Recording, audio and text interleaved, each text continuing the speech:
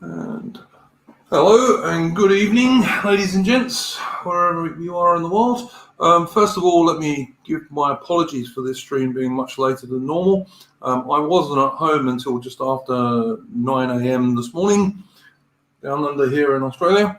And so I just wasn't at home to do the stream at my normal time of 6 a.m. And rather than miss it, I thought we'd just do it a bit later. And next week it will go back either to its normal time, or it actually might go back to 1 hour later than it normally is. I haven't decided about it. I need to speak to my fellow guys in the team. Okay, so I'm going to start us off as I usually do with a tune.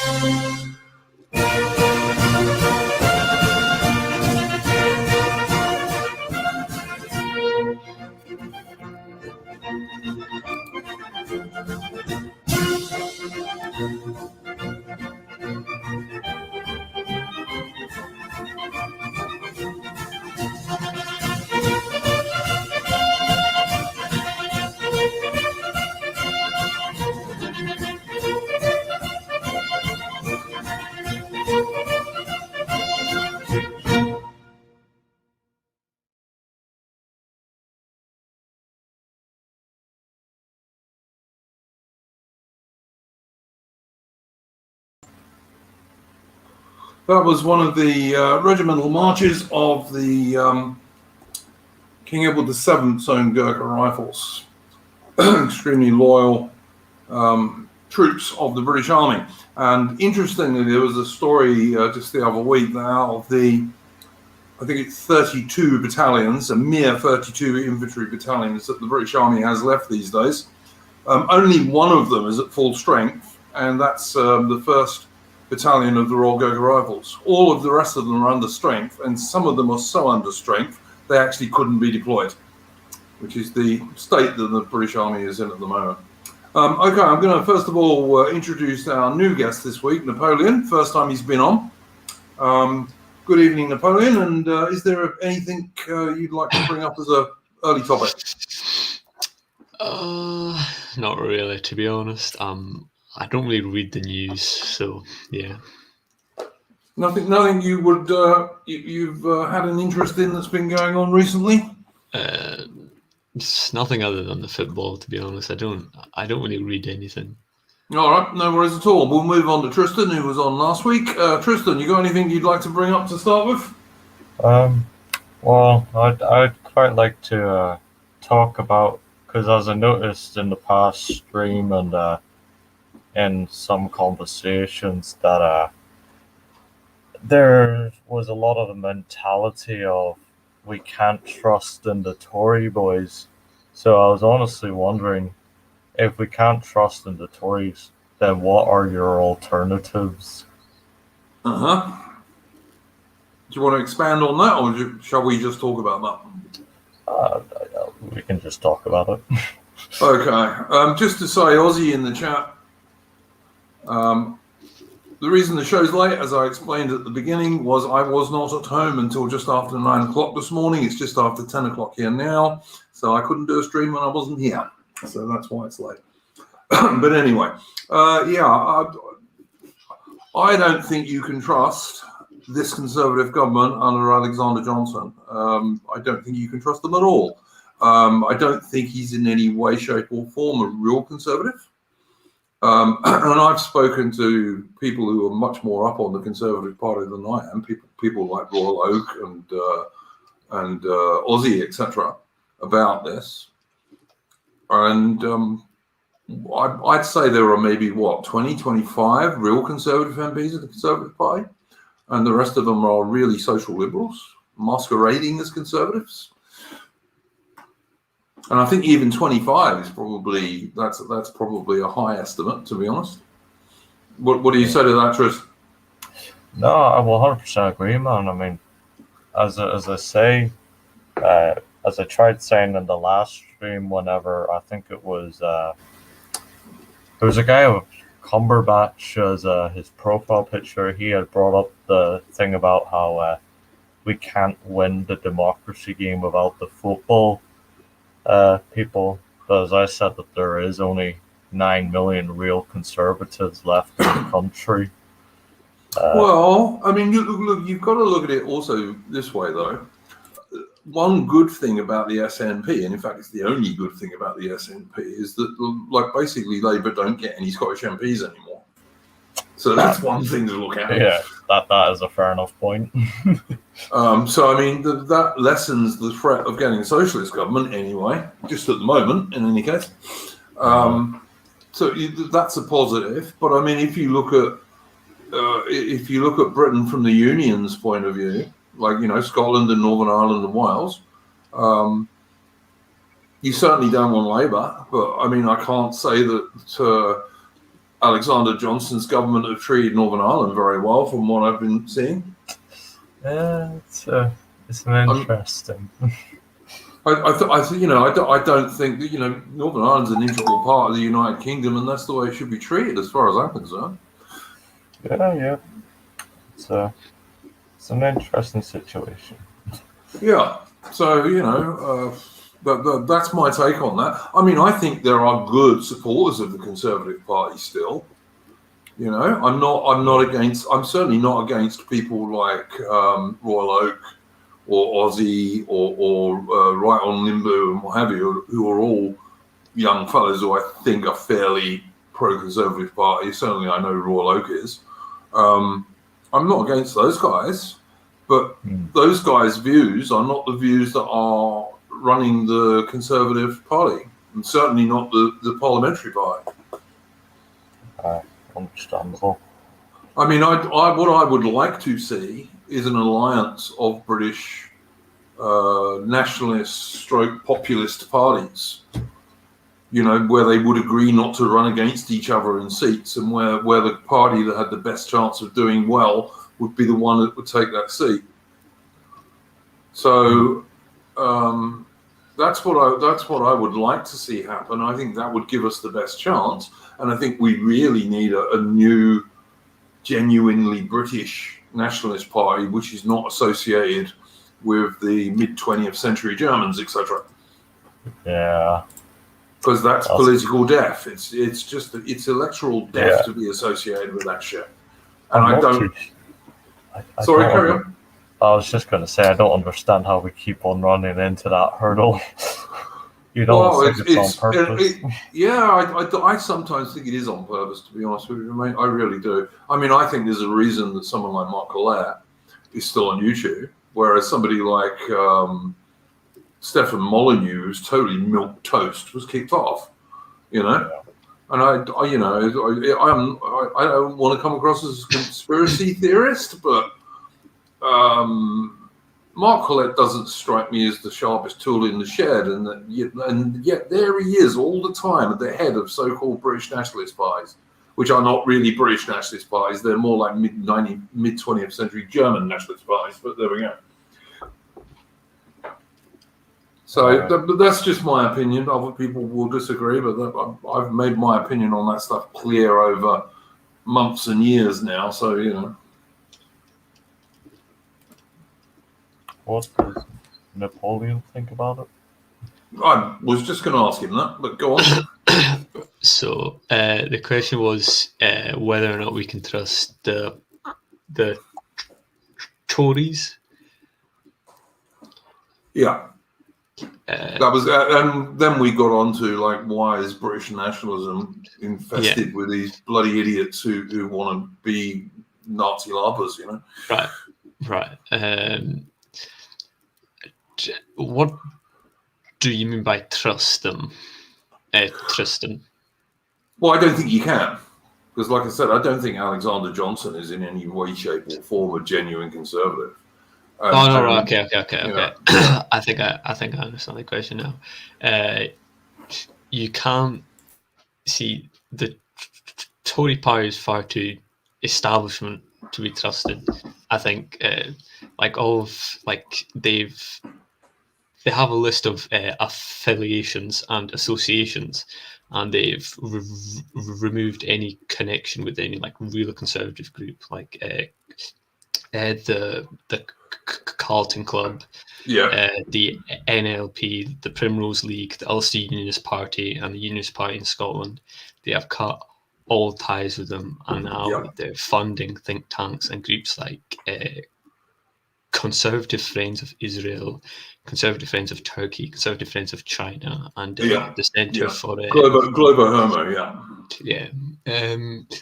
I don't you like it's just far too establishment to trust, and there's no point in changing the Tory party, but it is the only divide that is going to keep all of the other parties at bay, because it's a real conundrum.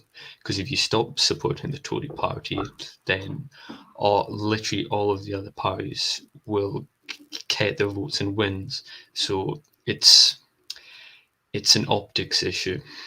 I think, I've spoken particularly like on the Scottish issue with Aussie about this, and I know Aussie agrees with this, is that like in Scotland in particular, what you need in Scotland is like an indigenous Scottish unionist party. Scottish politics is fucked anyway. It's a But complete and total mess. Well, I think politics in the whole of the UK is pretty fucked, but and you could say that about the whole of the Old Commonwealth as well to some degree. But I do think, and I know Aussie, who knows a lot more about Scotland than I do, being a Scot. But he should. Sorry. Yeah, no, let's not do this, guys. I've said this, all right. I know that Aussie agrees with this. That like the solution in Scotland to the SNP is definitely some sort of indigenous Scottish unionist party, which is based in Scotland and supports Scotland on Scottish issues within the Greater United Kingdom. I definitely think that's the way to go. And also on that note, and this is like Tristan will know more about this because he's an Irish guy. I believe the Conservative Party announced recently that the Act of Union has actually been repealed. Yeah. Or at least some of it. Fucking hell. Yeah. No lie. Yeah, some of the Act of Union was repealed. That is shocking. It was not announced at all until they did this shoddy deal with the EU over the Northern Irish border. Yeah, I mean, I know because I'm already a part of a political party. I know at the meeting, my boss had went up to Boris Johnson in a meeting a few weeks back, and he had brought up that issue. And Boris Johnson straight up lied to his face, saying that he was unaware of it. He had no clue that had happened. And I mean, can't believe that at all. Yeah, it's the Act of Union has been completely mandled with, and I think it's completely just destroyed any credibility that the Boris government has. Yeah, I mean, I don't know. I've just put up this comment here for Britain Democratic Nationalists. I remember a time before the election when Morgoth even was endorsing Anne-Marie Waughausen for Britain. He actually made a video endorsing them. I'm not sure he does now, but he did at that stage. And I mean, when you look around, I mean, I've got to say it, British nationalism and British nationalist politics, or populist politics if you prefer, is in a right old state. There's like 55 tiny little pies. And the only way forward I can see is they all need to absolutely get together and form some sort of an alliance to at very least not run against each other in the same seats. The real big issue is all these figureheads of all these parties. everyone wants to be the, top cat of the new party. Yeah, I think there's some of that. But I mean, if you're going to get some sort of democratic change in the UK, that's the only way forward I see, is that there needs to be some sort of coalition of these vaguely nationalist and populist parties. And I mean, there isn't a real nationalist party in Britain, as far as I'm concerned, but it's actually a really British nationalist party. I mean, even the SNP are not really nationalists. What they want to do is to make Scotland a very, very tiny and unimportant part of the EU. So, that's not nationalist as far as I'm concerned, but there you go.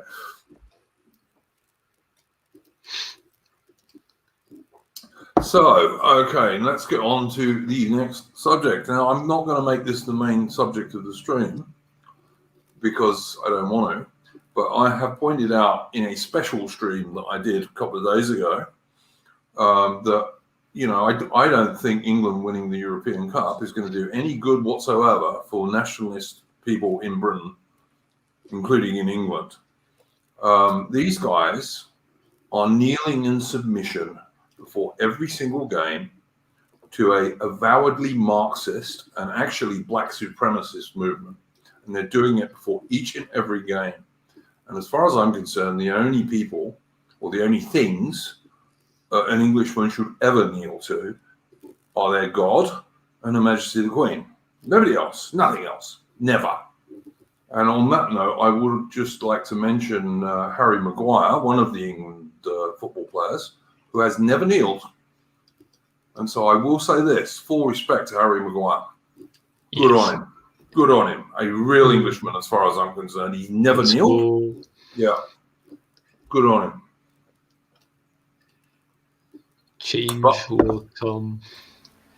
Yeah, well, let's He's hope cracked so. it, lads. He's cracked it. Someone give that man a medal. He's cracked. Well, look, if he supports for Britain, he's doing as much as anyone else can do at the moment. Like I said, British nationalist stroke populist politics is in a complete state at the moment. It just is. Yeah, we really need a charismatic leader like Anne Marie or Mark Collett to bring us all together. Oh no! We need a great man. Hang on, I would not for 1 second put Anne-Marie Waters in the same box as Mark Collett. Mark Collett is a Nazi larper, okay? And Anne-Marie Waters, there are things I agree with her on, and there are things I don't agree with her on, but she ain't a Nazi larper, so, So there is that. So, okay. So, I was having a look on the BBC website, as I do before each of these streams. It's the only time I ever look at the BBC. It's just before one of these streams. What they're going on about in the BBC is, of course, the black players in the England team, of whom there are quite a few. They're going on about those guys. They're going on about black kids in UK watching these black players and saying, "Oh my God, it really makes me feel part of this," because there's black players in England too. They're going on about like basically anything to do with black people that they can come out with. So yeah, there's all that stuff. So I don't know, guys. So it's the BBC website, and like I said, if England do win this European Cup, I think it will do absolute harm to most of the people who support the England team, because they will use it as a boost for global homo. Diversity in inverted commas, and all the other bollocks that they come out with all the time. That's what it will be used for. And I think it's a great shame that more England football supporters cannot see that. Agreed. If it was me, I mean, I wouldn't pay money to see people who kneel. Englishmen who kneel are not Englishmen, as far as I'm concerned. You kneel, you're not an Englishman. That's a submissive act. The only thing an Englishman kneels to is his God and Her Majesty the Queen. Nobody else. Yeah. I've just got no room for this shit, mate. And like I said, good on Harry Maguire, because apparently he doesn't kneel. And he's the one guy I'll make an exception. He's not a cuck like the rest of the England team. Yeah.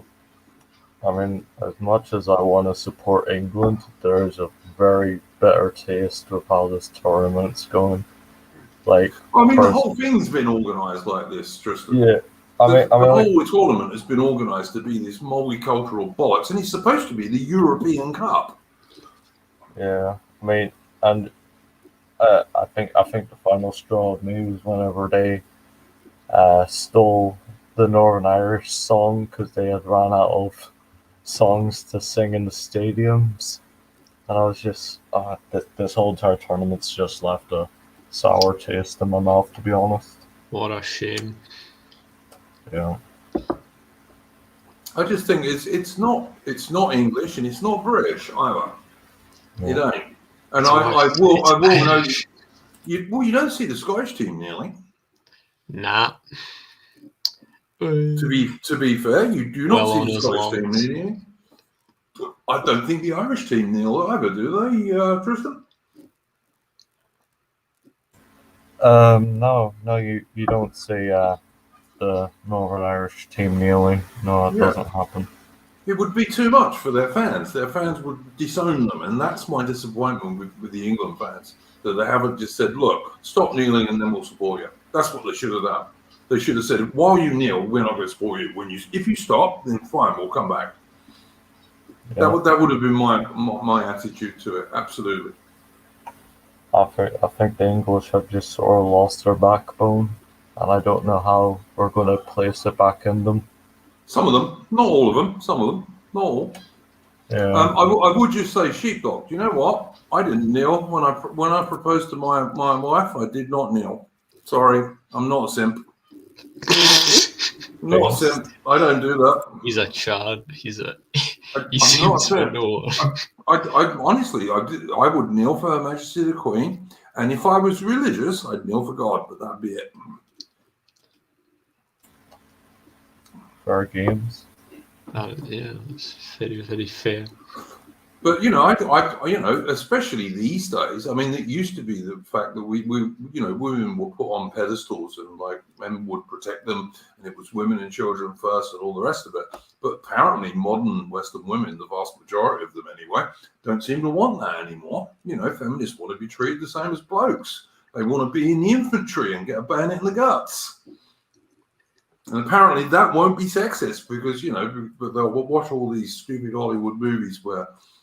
Girls who are 8 stone wet beat up 14 stone blokes, and they think that's somehow reality. Of course, then they'll join the army and get like a bullet through the head and discover that ain't quite the same. I don't know if the Birkenhead drill still exists today. I don't know if that's still a thing. Oh yeah, listen. I used to work on boats, mate. It actually still is a thing that you do women and children first. I mean, I don't know about on big passenger liners and stuff, but if you're on like I was first mate on a 70-foot sailing boat for quite a while that used to go out to the Barrier Reef and stuff like that. And if you have an emergency and you have an old-fashioned skipper, it's absolutely women and children first. Like I say, I don't know what it is on big boats now. I reckon these days most blokes would panic anyway because they're not blokes anymore. There's a considerable lack of testosterone in a lot of men these days. Yes. So, Yes. Well, Tommy Hill, yeah, women are allowed to join the British infantry now. Yes, they are. And the next time we get in a serious war with somebody, we will pay for that. We will be absolutely fucked. Yeah, we will lose. We will lose. Just because of that, we will lose. I'm sorry. Most women are absolutely useless when anything violent and nasty is going on. How they think they're going to be good when there's bullets being flown and grenades and fucking mortars going off and artillery, and it's just ridiculous. These women will be entirely fucking useless. They burst into tears when they get sworn at by NCOs when they're being trained. Yeah, I saw that a lot at cadets. It's like, it wasn't even the army, it was cadets, and women who were like older than me would just go out in floods when you stuck to with like when they did like the smallest thing wrong and they were shouting at them. I was watching a TV series. Like my son's serving in the Royal Navy, okay, and I was watching a TV series that was about training Royal Navy sailors. And the Royal Navy's got a couple of these great big, very, very expensive damage control simulators, which basically look like bits of frigates or destroyers. And they can pump, hundreds of tons of water into this thing. So the sailors can go down there and simulate being hit by a missile or something. And they have to try and plug up the hole so the ship don't sink. And all of the girls in this ended up in the corner crying. Invariably, that's all they ever did. They were completely useless. But no, fine, women, women and men exactly the same, because this is what Globo Homo teaches us as well as the left, of course. Women and men are exactly the same. No, they're fucking not. Yeah, I'm not too sure. Anyone with the slightest common sense knows they're fucking not. Yeah. Having women in the military in frontline roles is a liability. And it's a liability that men will end up paying for with their lives. Can I just say something really ridiculous that I heard in one of my college classes? Yeah, go for it, mate. In this new generation of college classes, we are forced to take a equality class, as it's called. And they actually brought up women in the army. And they brought up a hypothetical where it was a woman is stationed on an aircraft carrier near the Falklands, but she's 4 months pregnant. Should she still be allowed to fly a jet? She shouldn't be there in the first place. I mean, that's the true story, isn't it? Yeah. For fuck's sake. I mean, I will say that the Americans who started doing this before the Brits, the Americans have found that when they get deployed, a large number of women soldiers suddenly get pregnant. Because what they do is they don't send them if you're pregnant. So that's a woman's way of getting out of being deployed. They just say they're pregnant. Shocking. Absolutely shocking. I mean, I'll give you another example, right? All the time, feminists and all of the social liberal governments, including Boris Johnson's in the UK and the Liberal Party in Australia. The Liberal Party, by the way, in Australia is the Conservative Party, really. It's just called the Liberals. But all of these parties, and of course the left, and all the feminists go on constantly about domestic violence, do they not? Like husbands and boyfriends beating up women and all this kind of stuff, yeah? Or hitting women, or very often even just slamming doors on women. Apparently, if you slam a door on a woman these days, that's an abuse, Yeah. So they go on about this stuff, and even the most wimpy little tiny blokes apparently can do domestic violence. But on the other hand, women can be in the armed forces and in the infantry, and being bayoneted in the guts by some nasty communist Chinese bloke or Spetsnaz bloke from Russia. That's perfectly all right, It's fucking pathetic. I mean, I know the left are known for their doublethink and their hypocrisy, but it's just so fucking ridiculous. We're letting our side down. Well, we're not only letting our side down, we're destroying it. I think it's like, and the next time we get in a big serious war, all these women in the armed forces, we will pay for that. We will absolutely pay for it. And the people who really pay for it will be the poor fucking blokes who get killed either trying to save these stupid, silly whores who joined up for whatever reason. I'm sorry, there's nothing else to call them. They will get killed either trying to save these morons or because there ain't enough blokes in the line because the chicks have all fucking run away.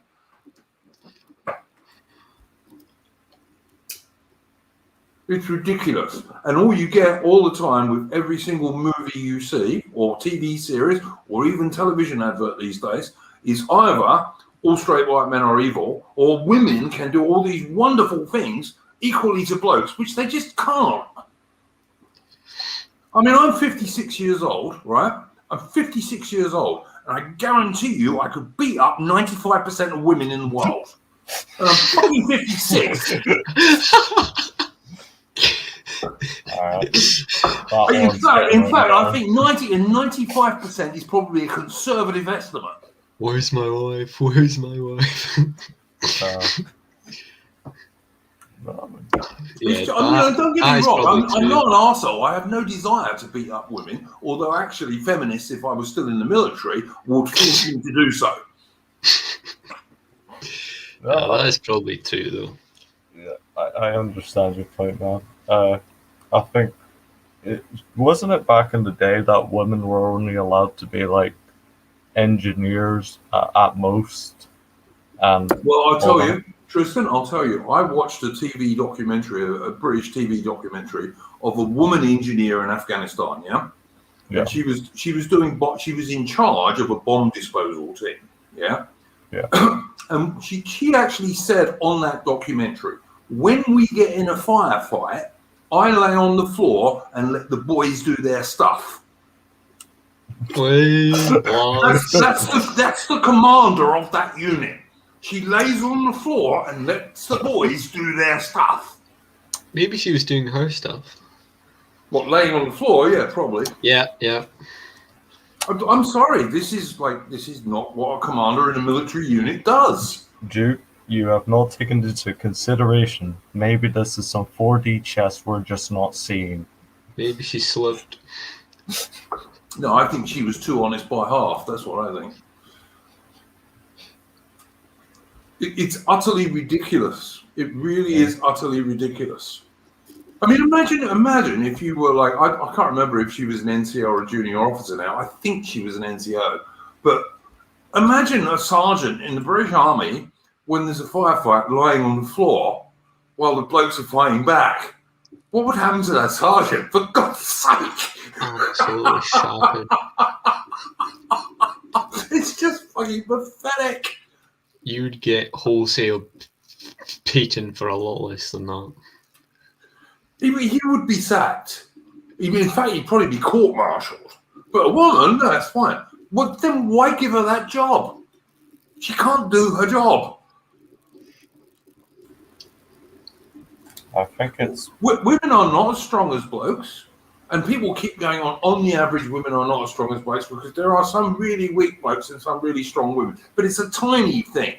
It's a tiny difference. The people who are crossovers are tiny numbers. Women do not belong in frontline roles in the military. They just don't. Yeah, I think the reason why we're pushing so much for women to join the army is because I think it's because of the manpower, quote unquote, issue. All right, there's that, Tristan, but I actually think it's much more to do with global homo than anything else. Yeah. I mean, although our manpower is like a bit on the iffy side, I think they're very on the iffy side in the case of the army. But I mean, when the army's not doing anything very interesting, we're grand.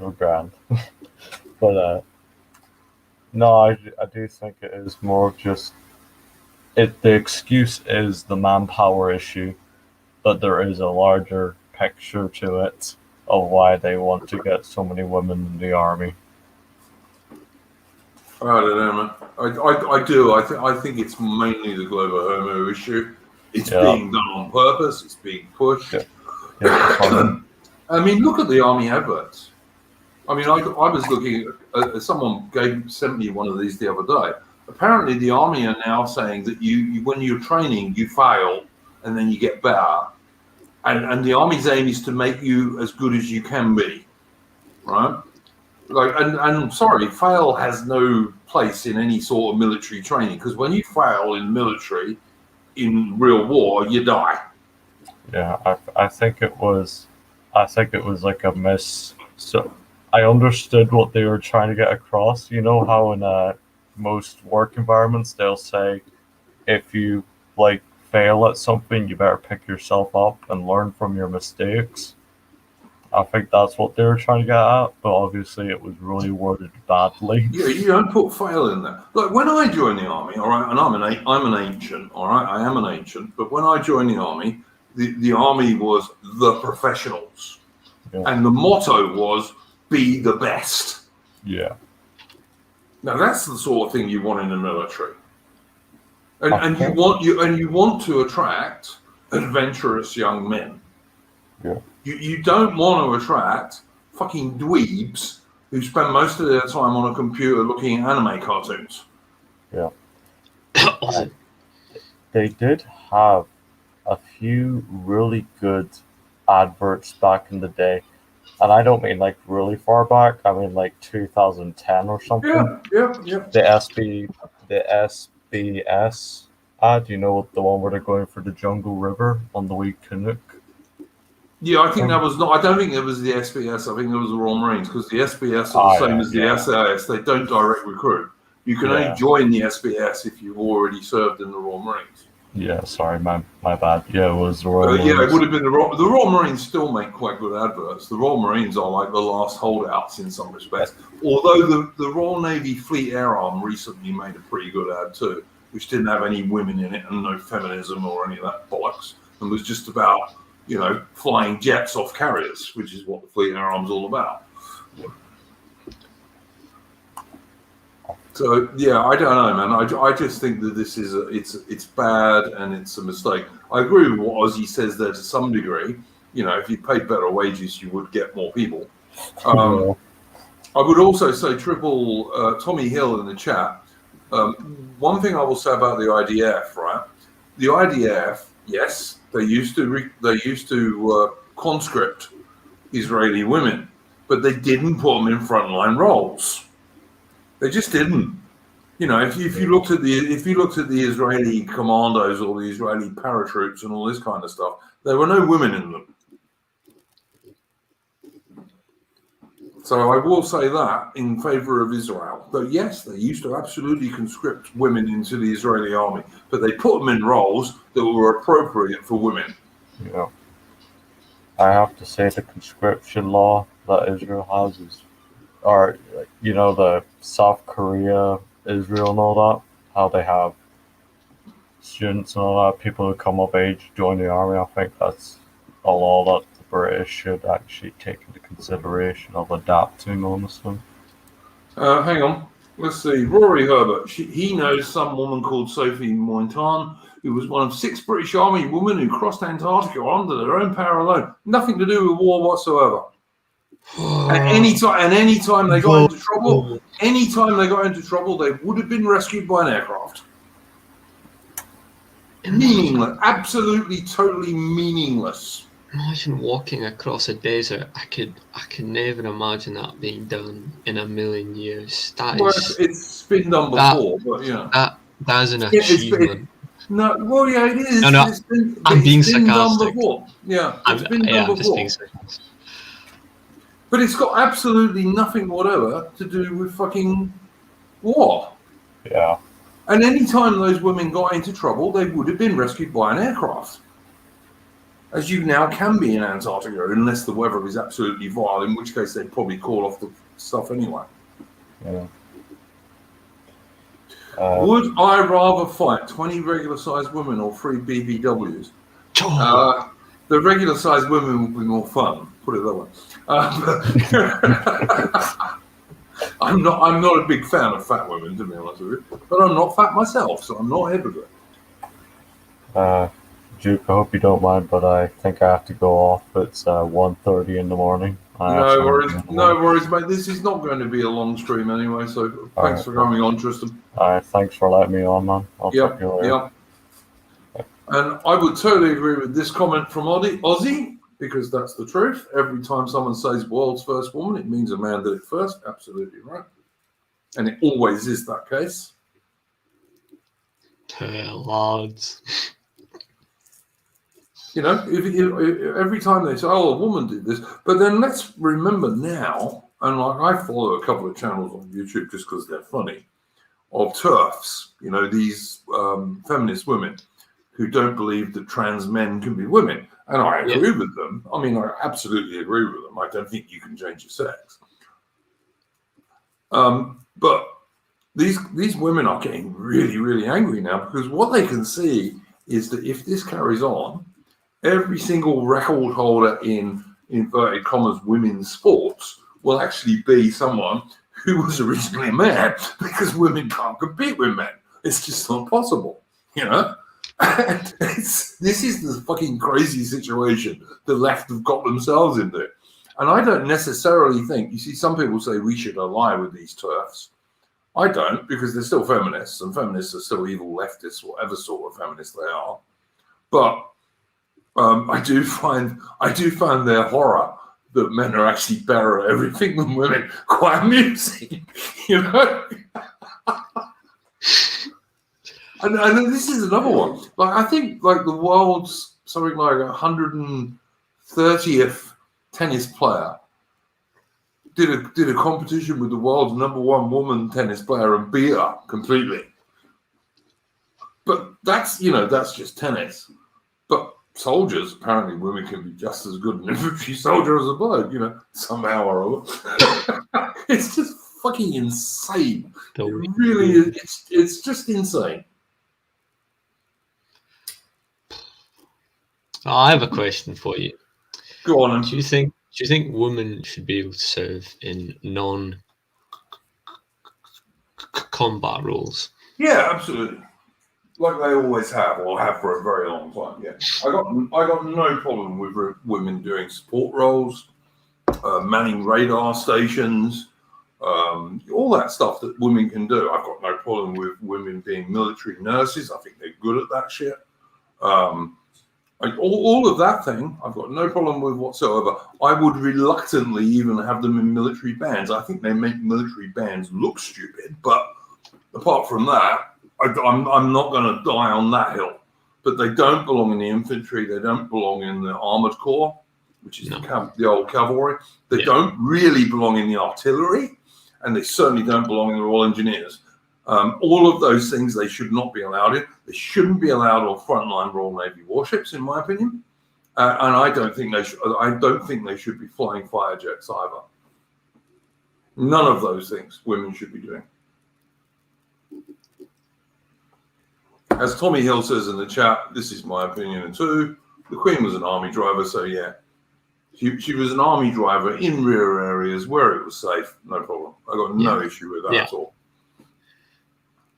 I went out with a woman who was in the Queen Alexandra's nursing corps for a little while, and I've got no problem with women doing that stuff. That's great. Shout out to Tommy Hill. Nice profile picture. Who is that? Do you know? Not a fucking clue, to be honest. It's just a guy in a hard hat. That's what yeah, that was. I think that's enough to justify a shout out. Oh, yeah, but when I was younger, there were no such thing as fucking hard hats. We just had hard skulls. You just had to mine coal in the dark with no equipment. I was never a miner. I'd known loads of miners because when I moved to South Africa, when I left the British Army, in Natal, in northern Natal, which is a big coal mining area, there were heaps and heaps of miners. Many of them Welsh, but also Northern English guys as well. Really nice blokes, actually. I got on really well with them. And also, we got guys, we got Geordies and all sorts of people out there. So that was kind of cool. Brilliant. But yeah, I've known quite a lot of miners, but I've never done it. No, me neither. Frithorf, I don't care. I really don't care, honestly. It is coming home, though. To a load of kneeling people. To a load of people who kneel. Home. It's coming home to home. The ball's coming. It's coming home to a home that is no longer home to the British people because they're being replaced. Oh. Long march through the institutions, that polity week in the West, nothing more. Thank you for your opinion, Matthew. I'm glad to see Patriotic Archive is in the chat. First tune I played was from his channel, and the one that's going to close us up tonight is also from his channel. Very good channel. Great music, not only from Britain and the Old Commonwealth, but from around the world. Do go and subscribe to Patriotic Archive. He's got a very good channel. Yeah, And he's- also subscribe to this channel, by the way, guys. I need more subscribers. Not least to get off YouTube, partly. Because I can't get off YouTube at the moment because I don't have enough. To somewhere that's useful is what I'm trying to say. But yeah. So anyway, anything else you'd like to bring up? There's another comment from our pal Rory in Yep. the chat. If a woman can load a 105mm gun as fast as a man, what's your problem? Well, that's an easy one to answer. My problem is that when the counter battery fire shells start bursting around her, she'll start screaming and lie on the floor or run away. That's my problem. I mean, yeah, I don't know what that means. Well, I do. All right, counter battery fire. You know. No. I know what that is. I just mean I don't know what his point is. Yeah, nor do I. It's like if no one fires back, then yeah, women can do loads of things the same as men. But people do fire back. Yeah. They start firing back. I think It's he's just the missing same. some context. And it's like, if your battery of 105mm guns, and by the way, 105mm guns are rapidly becoming out of date these days. Like 155mm is kind of your min caliber these days. It's only the Brits who are keeping those on because we have a lot of them. But if your battery is flanked by the enemy infantry and gets attacked, your gunner's expected to take their rifles and fight them off. Women won't do that. And they certainly won't do it as well as men will. That's just a fact. Look, have you ever, Rory Herbert, have you ever watched a woman in a punch-up in a bar? Do they get involved in the punch-up or do they scream and go and lie in the corner somewhere? And trust me, anything the military do, and I was a professional soldier for 10 years, anything the military do in real warfare is vastly more fucking violent than a punch-up in a bar. This is one of the problems. People do not even realize what goes on in warfare these days. They think it's drones and bullets. Yeah, that's how we lost 600 men dead in Afghanistan and Iraq from drones, which the Afghans and the Iraqis didn't have. What's my opinion? Are Italians white? Yes, Italians are white. Yes, they are. That's my opinion. Italians are white. Matthew Sard in the chat, absolutely right. Everyone has a plan until you get punched in the mouth. Dead right. But the thing is, if you punch a woman in the mouth, right, which you shouldn't do, of course, because don't do any violence to women, obviously. But if you do punch a woman in the mouth, you'll find that she doesn't have any plan at all. She's probably knocked out and on the floor. That is a pretty excellent statement. Here we go.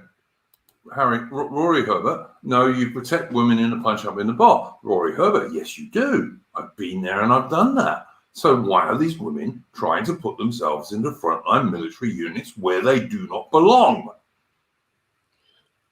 This is my point. If you protect them from a punch-up in the bar, what are they doing facing fucking bullets and grenades and mortar shells and bayonets and all the rest of the shit? And rape after they're captured. It's just fucking nonsense, Rory Herbert, and you don't look like an idiot to me. I reckon you can probably work out that I'm telling you the truth.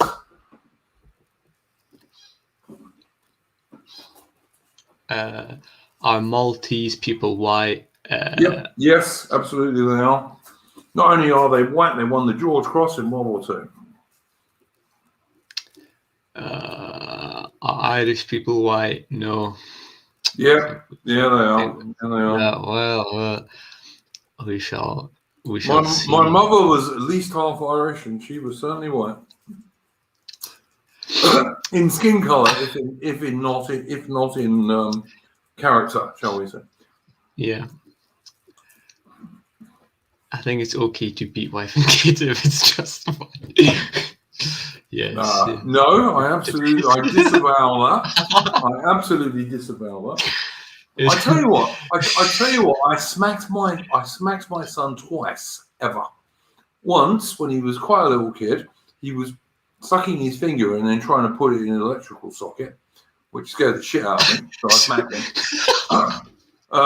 And the other time when he was a little bit older, I caught him pulling one of our two dogs' tails, and I smacked him for that because, like, if the dog had bit him, then like the dog would have been in the wrong. And I pointed out to him, and I just pointed out to him, you don't pull a dog's tail. It's cruel. Yeah. So that's the only 2 times I ever smacked my son, and I smacked him on the leg, not that hard either. I mean, my old man used to hit me so hard I'd fly across the room, but like, you know, I learned from that experience. Yeah. Rory Herbert, the NHS has been awarded the George Cross. You're kidding me. Surely you're kidding me. No, they have been. I think it's like 4 Oh of them. my fucking God. Honestly, we were discussing this like yesterday. World. Fucking clown world, man. Oh, Jesus Christ. The NHS given it's like Malta got the George Cross for being under siege for 3 years and being bombed to shit. Hard enough. What did the NHS get it for? Lying to the public for a year and a half. It's just the way the cookie crumbles. Oh, for fuck's sake! I would have just spat if I'd have seen that at the time. This Fucking hell. The government means nothing anymore. It's just pathetic, mate. It's pathetic. Sheepdog says the Irish are the whitest people ever. Well, sometimes they are. They don't get all that much sunshine sometimes. So yeah. Well, I don't know about that. Oh, come on, mate. Scotland's not much better. I lived in Scotland for a while in Stirling. You know, there's quite a lot of not sunny days in Scotland. Oh no! I mean, like, Irish might be like white passing, but underneath all of that stuff, they're quite different. I don't know. On the Irish and some of the Scots, not all of them. Some of the Scots and some of the Irish are pretty closely related, I think. But I would like to interject here and say that we're much more different than people think we are. Oh yeah, I know there are like cultural differences and all that kind of stuff. You're in like the islands and islands, aren't you? Yeah. Yeah. I used to love Ullapool. I thought Ullapool was really beautiful. Oh yeah. Did you get those Lupaloo hoodies? Oh, did you? You actually got a Lupaloo hoodie. I went to Ullapool and I went to the Summer Isles. I presume you know this. The Summer Isles on a sunny day is almost like being in the Mediterranean on a sunny day. That is unbelievably amazing. Yeah, it's really beautiful. It's like if you've never been there, guys, if you go up to Ullapool and then go to the Summer Isles on the west coast of Scotland, it's the east coast. West coast of Scotland. It's west coast of Scotland. Go up there, guys. It's so fucking beautiful. Like the water is so clear, you can see all the fish in it, and there's seals everywhere, and like you've got to catch it on a sunny day, of course, to see its best. But absolutely, they're gorgeous. Some parts of the Hebrides look really nice. Others are just a pain to try and walk across. Yeah. But I also used to like the ferries. That's one of the things I remember from Ullapool. Like they had the ferries out to all the other islands and this kind of stuff. really Caledonia. Cool. Caledonian McBain vessels. Yeah, Caledonian ferries. They were cute. They were nice little ships. Yeah.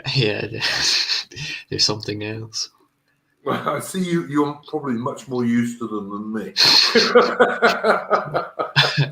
Got quite a bit of history with them. No, I used to love that stuff, man. It was so cool. One of my favourite parts of the British Isles is actually Cape Wrath, which is, extreme northwest of Scotland. What's the most stunning part of the UK? Cape Wrath, fairly close. It's got the highest cliffs in Europe, if I'm not mistaken. I don't. I have a place in mind. It It was somewhere. It was someone in Scotland. It was rated the most beautiful place in Europe. I can't remember what it was called. Hang on. Scotland, most beautiful place in Europe. Fuck. I could well believe it would be Scotland. Scotland really is a very, very, very beautiful part of the world. Yeah, you've got the geography, and then you've got half of the people who are just cunts.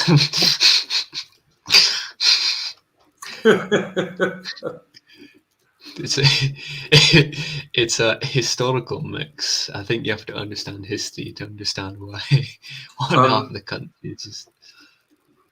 Patriotic Archive, I would say this. My favourite parts of the UK, like I just said, were I used to love Cape Wrath, which is the extreme northwest of Scotland, as far as you can go.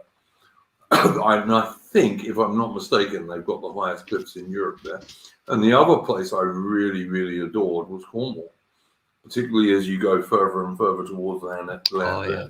I just like that, like seascape, and I just love it. It's just beautiful. Those to me were the two favourite parts of the UK for me. Although Berkshire's pretty. Wales has got some really stunning countryside. The north of England has got some really stunning countryside too. I mean, there's loads of good places in the UK. The problem, particularly in England, is just the population is so huge. But it's so difficult to get away from fucking people, Yeah. My favourite suburb in Melbourne, I don't think I have a favourite suburb in Melbourne. I don't really like Melbourne, sheepdog. I live on the outskirts of Melbourne. Favourite suburb, I don't know, Frankston maybe, I don't know. But a long way from the centre, put it that way.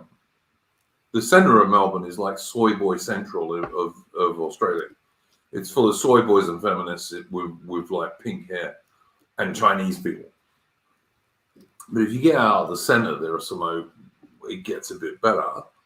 But I don't really have a favourite suburb. For choice, if I could, I recently moved to the suburbs of Melbourne from fairly inside Melbourne. If I had the choice and could, I'd actually move right out into the sticks, but it's not an option for me at the moment.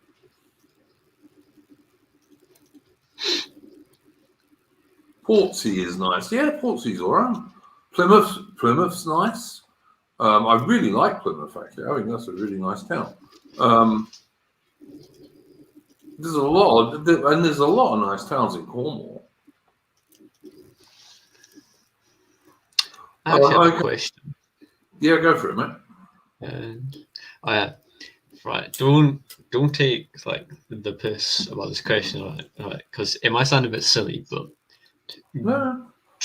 do you you live on the outskirts of an Australian city? Do you get a lot of spiders?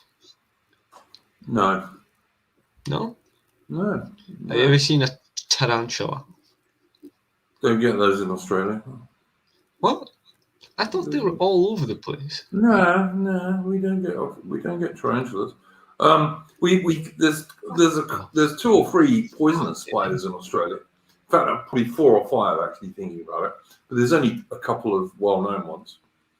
And I've seen redbacks, but a redback ain't going to kill an adult. It might kill a kid, maybe, but it won't kill an adult. A redback? A redback spider, yeah, that's one of the famous poisonous ones in Australia. And redback spiders, male redback spiders, can't even pierce human skin. Only a female can, because female spiders are bigger than males. And a redback might kill a kid, but it won't kill an adult. So they're not very dangerous. The ones that are the only really dangerous spider that lives near people are Sydney funnelwebs, which only live around Sydney.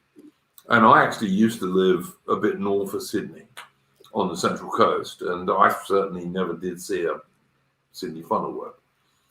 But Australians, in my opinion, exaggerate the dangers of their wildlife quite considerably. Yeah. I mean, yeah, you can get eaten by a shark off the Australian coast.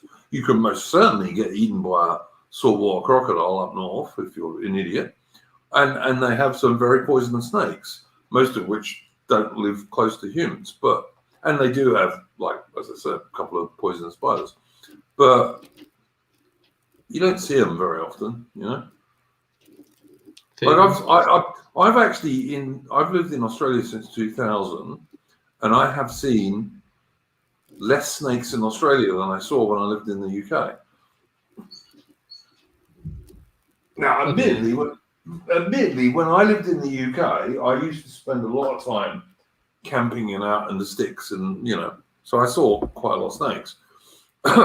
But I saw loads of snakes in South Africa over 15 years, like really loads, including an Egyptian cobra on one occasion, which made me jump back about 5 feet, but because they can spit, and blind you. But in Australia, I think I've only seen 3 snakes maybe in 20 years.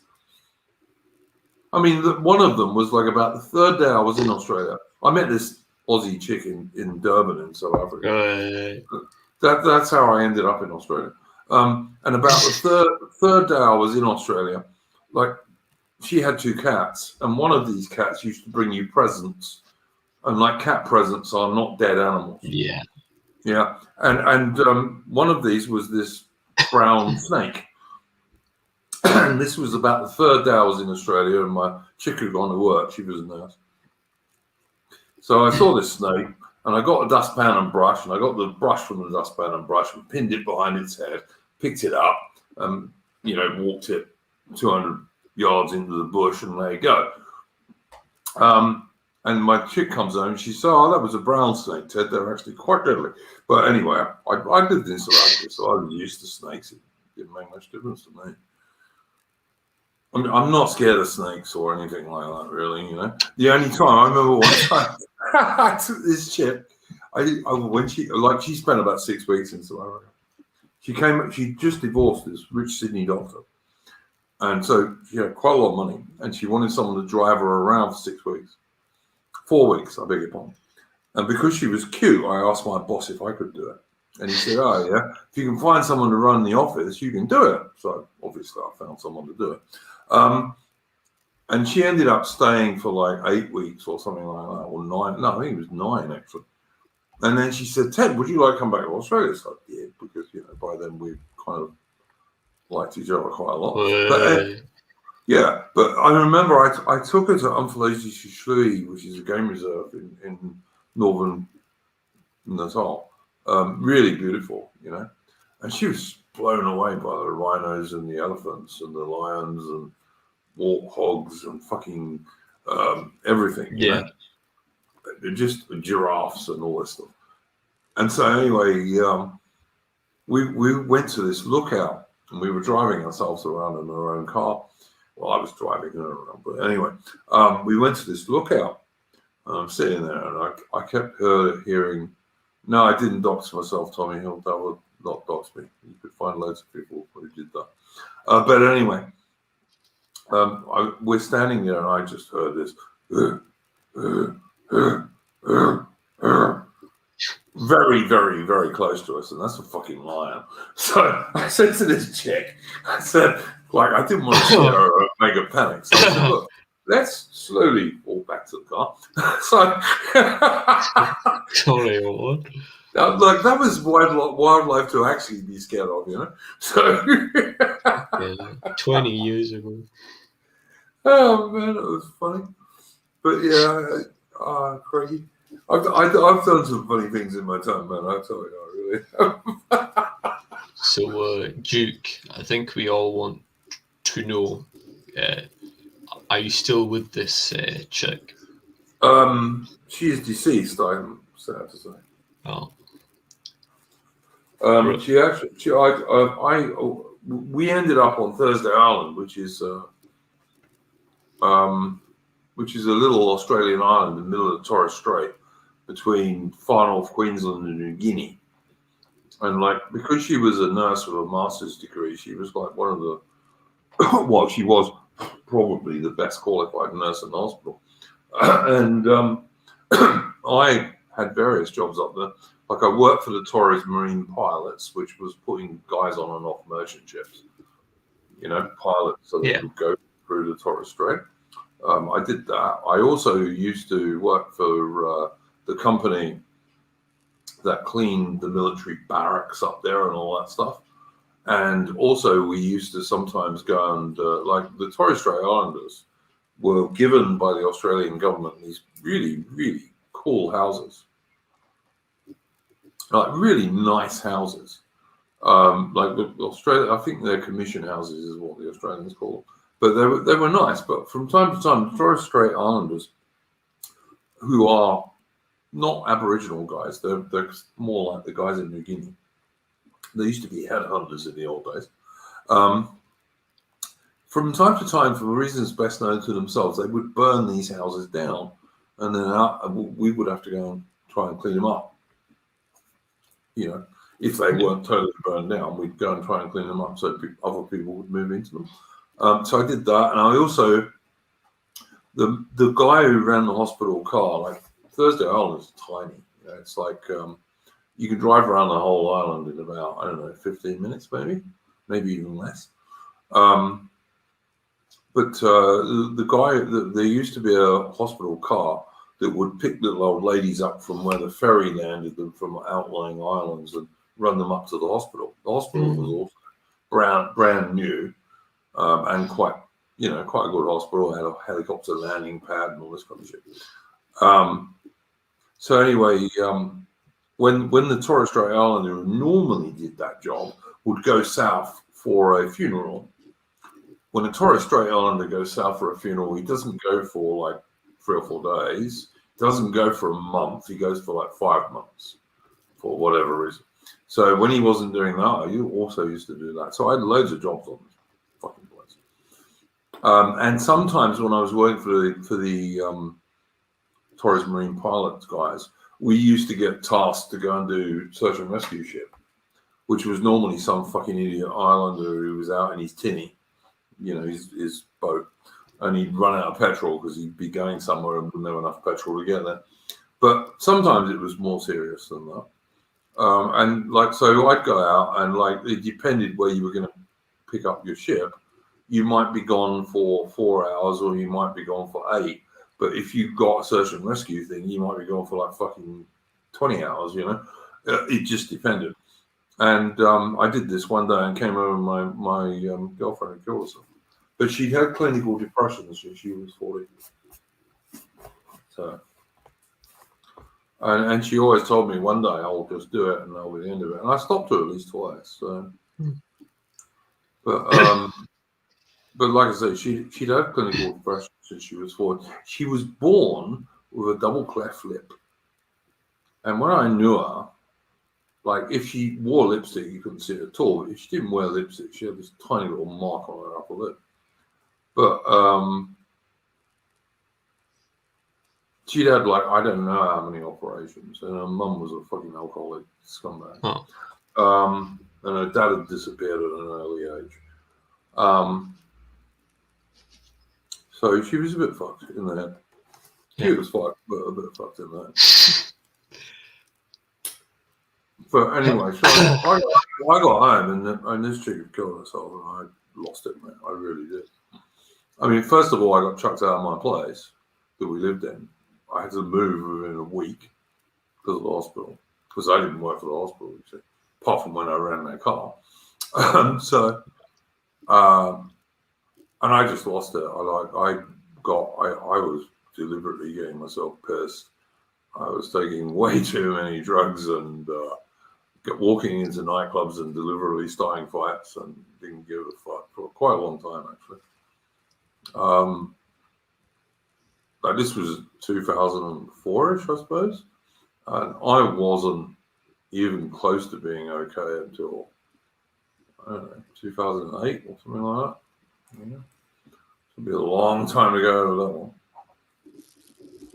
No, I never met Mark Chopper, but the movies about him are quite funny. But yeah, so yeah, that was a lot. So, not my happiest stuff, but shit, it was a long time ago. Well, It was.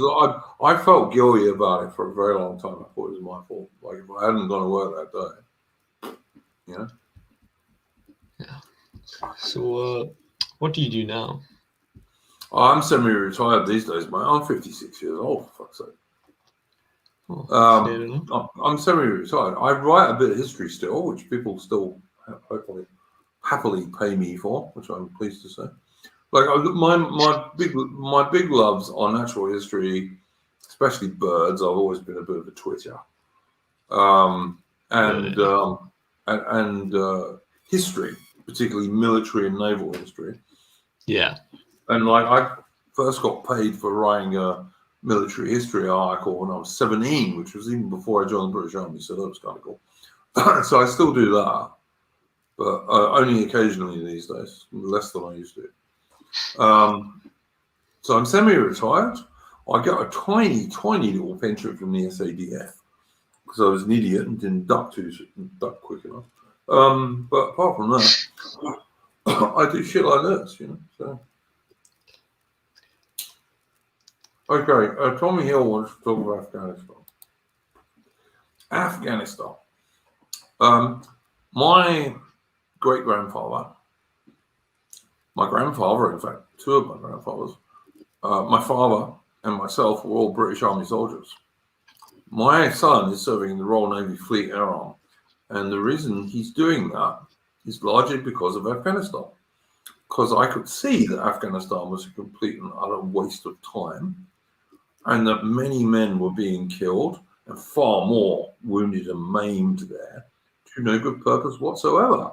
So I made sure my son didn't join the British Army, and I even put him off the Royal Marines for the same reason. Like I got, like if you come from a service family, you know what you sign up for, and you know that can happen. Although nothing will ever make up for a son killed. But what you can't do is go and let your son join an utterly pointless war that we had no intention of winning, that we were always going to run away from. Look, I'm very proud of the bravery that the British Army and the Royal Marines showed there, but it was for totally nothing, absolutely nothing whatever. Imagine losing your dad or your son or your brother or your husband for absolutely nothing, which is what is the case for all those people who were killed in Afghanistan and Iraq, but Afghanistan particularly, because we were always going to leave. We had no plan to win. We didn't want to win. I don't know what it was about, really, to be honest, but it sure weren't anything to do with Britain. And that's why my son's in the Royal Navy. And in that respect, I was lucky because my wife, my ex-wife, came from a Royal Navy family, which is why we were able to do that. They call Afghanistan the graveyard of empires, says Patriotic Archive. Well, yeah. Maybe, but let me just say that the war that's just finished was Britain's fourth Afghan war. Britain should have known better. We fought an Afghan war in the late 1830s, early 1840s. We fought one in the late 1870s and early 1880s. We fought another one in 1919, and the one we've just done is our fourth. So whilst you can maybe give the septics a bit of a buy, the septic tanks might not have known what was going on there. The British certainly should have. And the fact was the British knew very well, if they'd have just looked at their history, that no Western force in Afghanistan controlled anything beyond the range of its small arms. And you'll still get some silly cunt coming up and telling me, oh no, modern warfare is all about drones and air power, which the Afghans certainly didn't have. Yeah. The only people that can occupy land are infantry. They're the only people who can do it.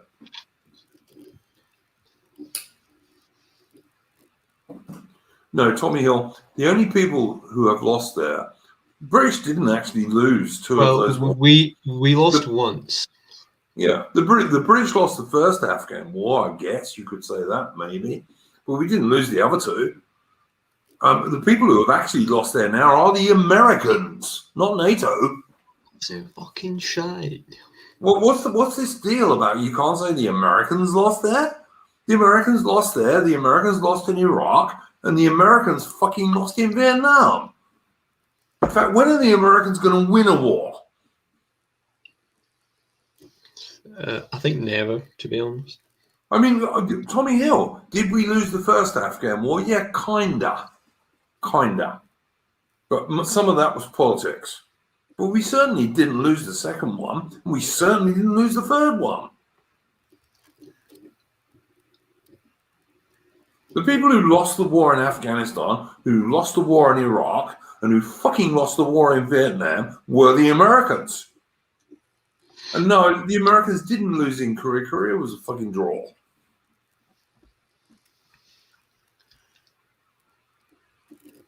Absolutely, Alan Bastard. Actually, Alexander won in Afghanistan, but he didn't stay there very long, so you can't tell. But no, honestly, I get sick of this shit. The British Army's biggest problem in Afghanistan was that out of the whole British Army, which was bigger then than it is now, we could barely maintain a brigade group in Afghanistan, which is like 3 infantry battalions plus supporting artillery, etc. Pathetic for the whole of the British Army. Whereas the Royal Marines, from 3 commandos, which are basically battalion-sized units, managed to operate a battalion group in Afghanistan through the whole war from just 3 units.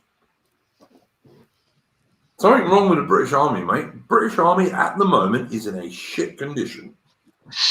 It's never been weaker. It's never been smaller, and the people who run it don't even know what it's for. The senior officers of the British Army do not know what the British Army is even for and cannot come up with what it's for. I will say that much for the Royal Navy. The Royal Navy at least have a fucking plan. I'd say that the British Army was a lot worse. Well, a bit worse, at least in one period, and I would say that was before the French Revolution, like just before. Not weaker though. Not weaker in numbers. No, not not weaker in numbers, but they were quite. They were lacking in a lot of areas. But the British Army in the American War of Independence won more battles than they lost, don't you? Yeah. Yeah, because they did. All right, guys. I think we've gone on a fair bit. Unless you got anything else to bring up, Napoleon. Yes. Just one small thing. That's no worries. Go for it. How was it? The breech-lock rifle? The breech-loaded rifle was invented during the American Revolutionary War by the British. But Ferguson rifle, yeah? Yeah, but the General Clinton suppressed it, the invention, and I have it fully in my mind that if he hadn't done that and he had actually supported the invention and spread it throughout the army, we would have won the American War. That's the one with the screw loading thing behind the trigger, isn't it? Yeah, I'm pretty sure. Yeah, it is. Yeah, it's an absolute joke. Yeah, I mean, like the British Army in the American War of Independence, like they kind of they got big into light infantry and this kind of stuff. They were much more forward-thinking than many people think they were. Yeah, and they won more battles than they lost. Which, if you speak to the average American, they have no idea of that, but it's actually true. Yeah.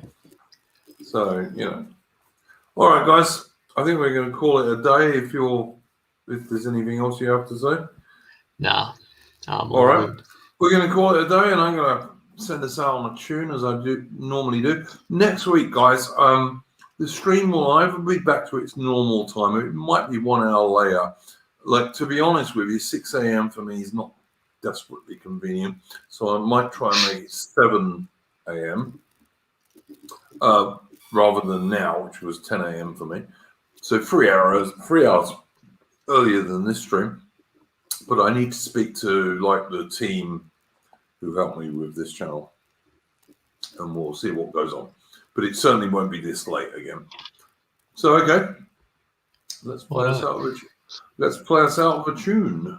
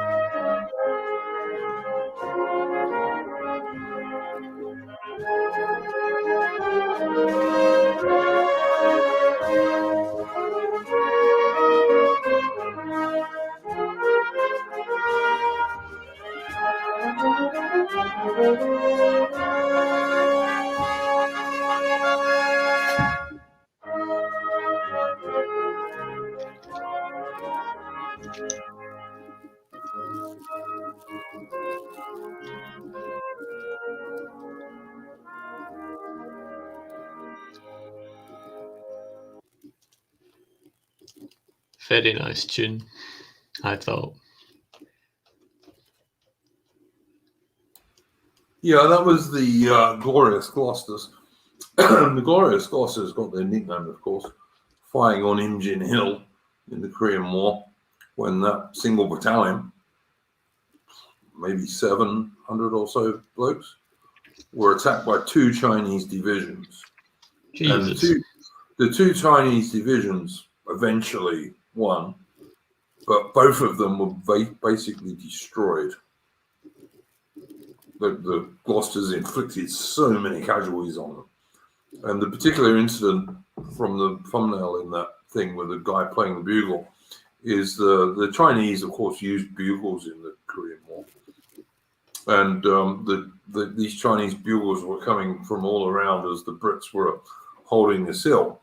And so eventually the colonel said to the drum major, "We need to reply to all this fucking Chinese noise."